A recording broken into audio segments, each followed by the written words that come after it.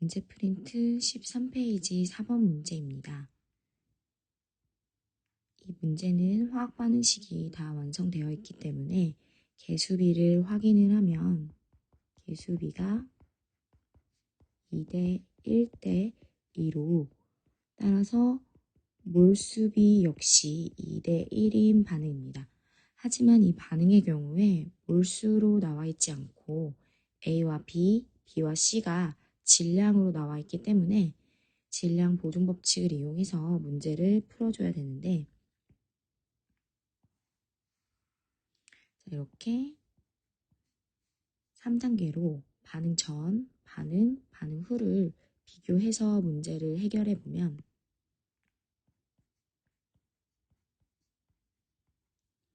반응 전에 A가 7Ag, B가 12Ag이 있고 반응을 한 후에 A는 남아있지 않기 때문에 0g, B는 8Bg, C는 11Bg이 있음을 알 수 있습니다. 자, 이때 질량이기 때문에 반응 전의 총 질량의 합이 생성 전의 총 질량의 합과 같아야 된다를 생각을 하면 반응 전에가 19Ag, 반응 후에가 19Bg으로 앞에 숫자 19가 같은 걸 보아 A와 B가 같다라는 걸 확인할 수 있습니다. 따라서 B든 A든 하나로 통일해서 쓰면 문제를 풀 수 있습니다. 여기에서 이제 B 대신 A로 다 바꿔보면 사실은 B는 8Ag, C는 11Ag이 있다라고 생각할 수 있습니다.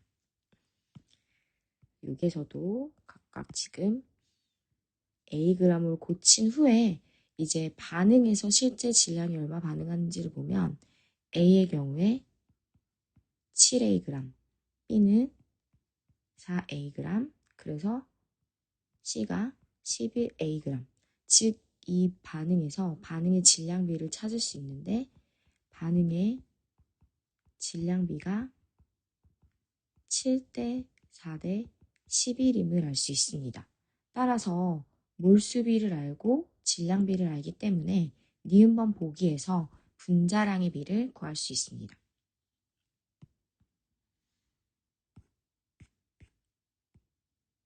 일단 보기에서 기억이 아까 A하고 B가 같다라는 걸 했기 때문에 맞고 니은의 분자량 비를 구해보면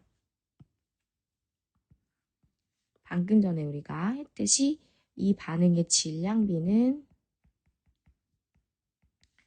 7대 4대 11이고 이 반응에서 개수비가 2대 1대 2이기 때문에 몰수비가 2대 1대 2여서 우리가 분자량의 비는 질량비를 몰수비로 나눠줘서 구할 수 있는데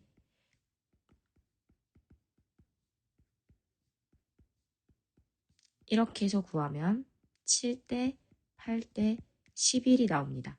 따라서 니은번 보기에서 A와 C의 분자량의 비가 7대 11이라는 것을 확인할 수 있습니다. 그 다음에 이 문제에서 D급번 보기가 제일 어려운 건데 지금 문제에서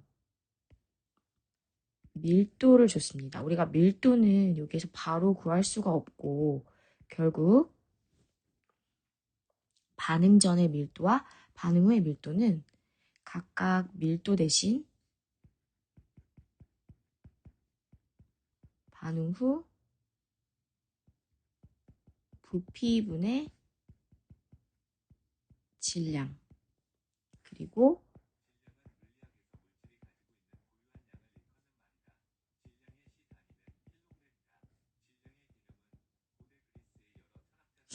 반응 전의 부피분의 질량 이렇게 해서 구해야 됩니다. 질량이 어차피 1대1이기 때문에 우리가 부피를 이용해가지고 구하면 밀도를 구할 수 있습니다. 이때 부피는 결국 몰수에 비례하기 때문에 일단 반응 전과 후에 몰수를 구해줘야 되는데요. 이때 아까 질량비 7대 4대 11로 반응할 때 이 부분을 다시 몰수로 변환해주는 과정을 거쳐야 됩니다. 지금 7대 4대 11로 지금 반응하는